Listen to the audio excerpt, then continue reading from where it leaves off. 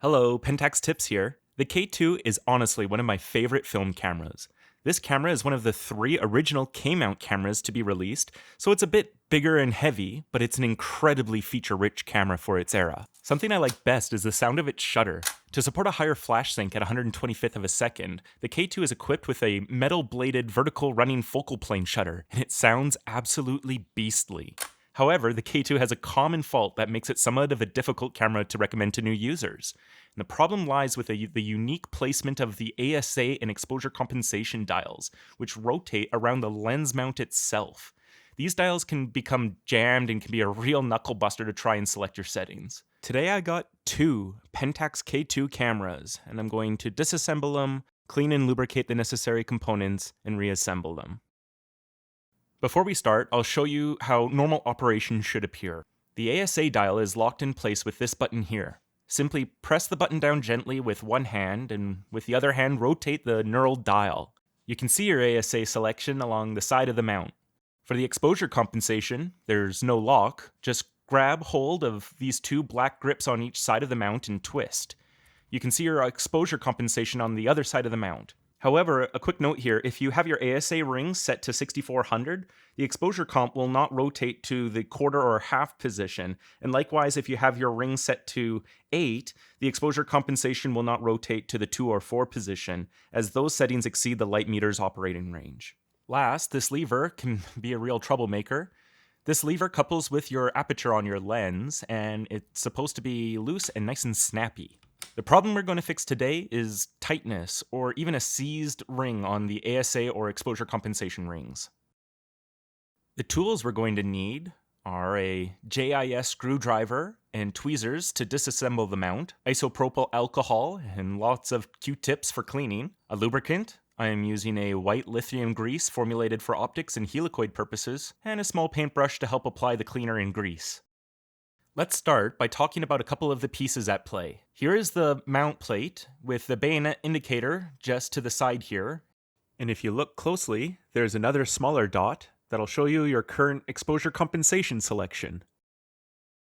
We have the lens release button near the bottom side that actuates a pin that locks the lens in place. Here are the screws that hold in the mount. All the screws are the same size and thread, so you don't need to keep track of which goes where. Behind the mount, we have the exposure compensation ring with a little nose jutting out the top into the bottom of the pentaprism housing. And last is the ASA ring. Here is a thin metal gasket with 3 leaf tension arm springs between the mount and the other rings. The gasket also has this little tab which faces towards the inside of the camera. At the top is a dual arm leaf spring that assists with the exposure compensation selection. And at the bottom corner is the ASA dial lock button, and it also operates on a dual arm leaf spring. Last, I'll talk about these 2 rings.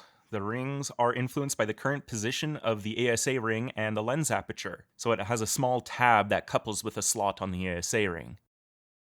To help protect the camera, I've cut a little rectangle out of some paper towel to place over the mirror. First off, remove the mount with your screwdriver. The screws can be a bit tough to get started, probably from a bit of thread locking glue used in manufacturing. Once the screws are removed, you'll need to carefully remove the mount plate by gently lifting the mount slightly up to slide out the lens release pin, and towards yourself to pull out the jutting nose of the exposure compensation ring. Move slow and be aware that both the dual arms springs may fall out at this point. You can take a pair of tweezers and remove the release pin by sliding it sideways out of its little notch holder. If the gasket hasn't already fallen out, you can remove that and put it to the side. And last, you can remove the ASA ring and set it aside.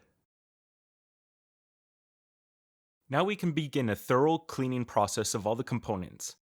I like using Q-tips with a pointy side in addition to the rounded side, as it helps get into the smaller grooves.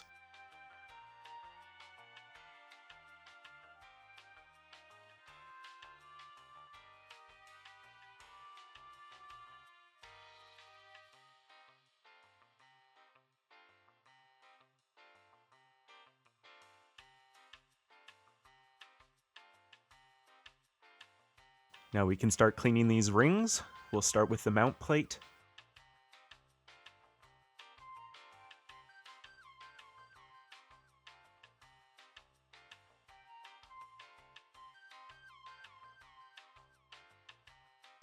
Now we clean the exposure compensation ring.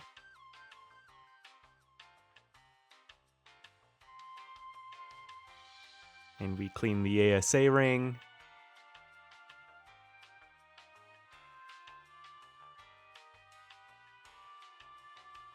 Be exceptionally careful with the gasket and dual arm springs, as the metal can be easy to bend.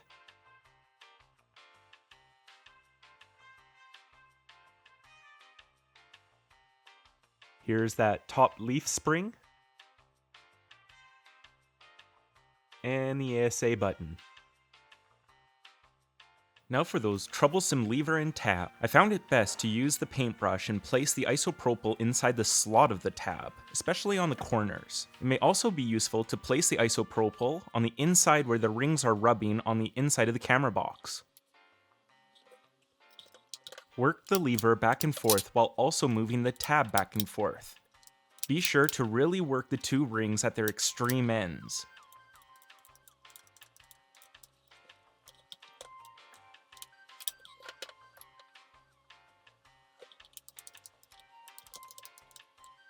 You may want to keep cleaning until you're able to flick the aperture lever without the ASA tab gripping and moving as well.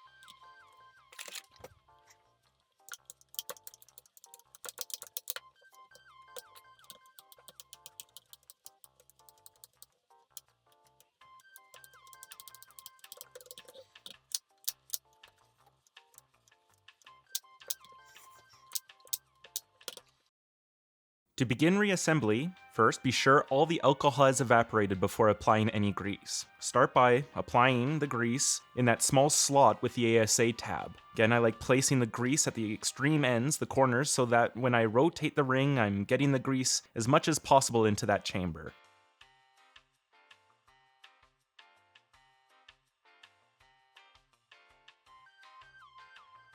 Next, brush some grease along the ridge where the ASA ring and the mount touch.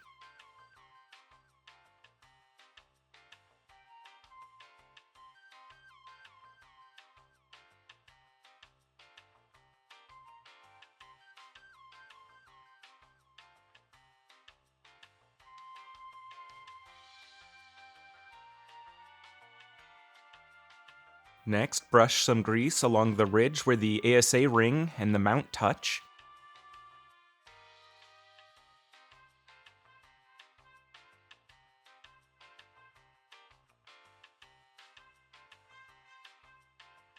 Line up the notch in the ASA ring with the little tab and rotate the ring back and forth. Make sure this rotation feels nice and buttery. If not, apply a little bit more grease.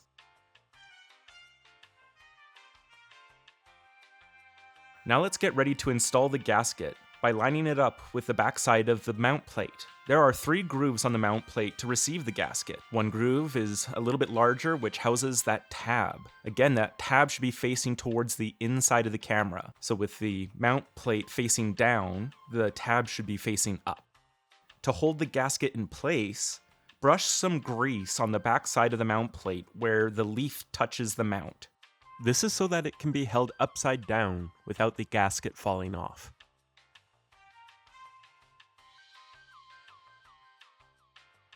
You can place the mount to the side for now. Now take the top dual arm spring and set it in place at the top of the mount. Be sure to have the larger round rivet facing up and the smaller side of the rivet facing down. Now you have to tuck each arm into the grooves on either side, and that will hold the spring into place. This can be a finicky piece and is often a source of error when reassembling. Best bet is to insert and hold one arm in place, then slowly bend the arm into the groove as well. You can give it a bit of a poke from the top to see if the spring action is tensioning well. Now we need to prepare the exposure compensation ring and ASA button. The button's dual arm springs slide into the grooves along the exposure compensation ring. You need to have that button installed hanging down towards the camera, which will hang over top of the ASA ring. To be clear, that's the large part of the rivet facing up and the small part of the rivet facing down. The button should sit snugly and should not fall out when held upside down. Again, a finicky piece that is often a source of error when reassembling. Now you can place some grease around the exposure compensation ring and where it sits on top of the ASA ring.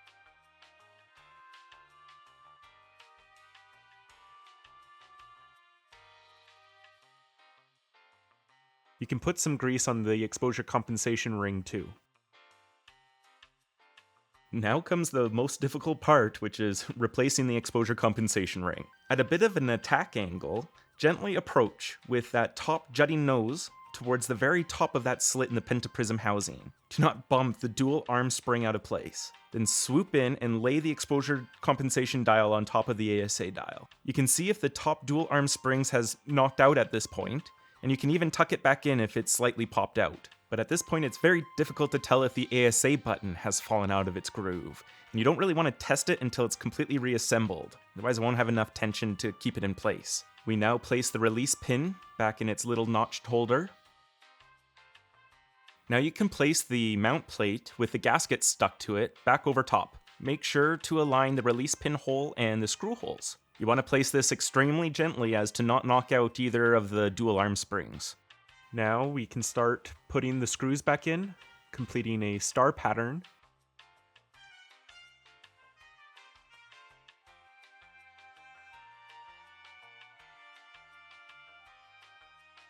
And we'll go around again with increased torque to really bite down to keep that mount in place. Now you can test by pressing that ASA button. It should have real good feedback and a spring response. The ASA ring should rotate nice, buttery smooth.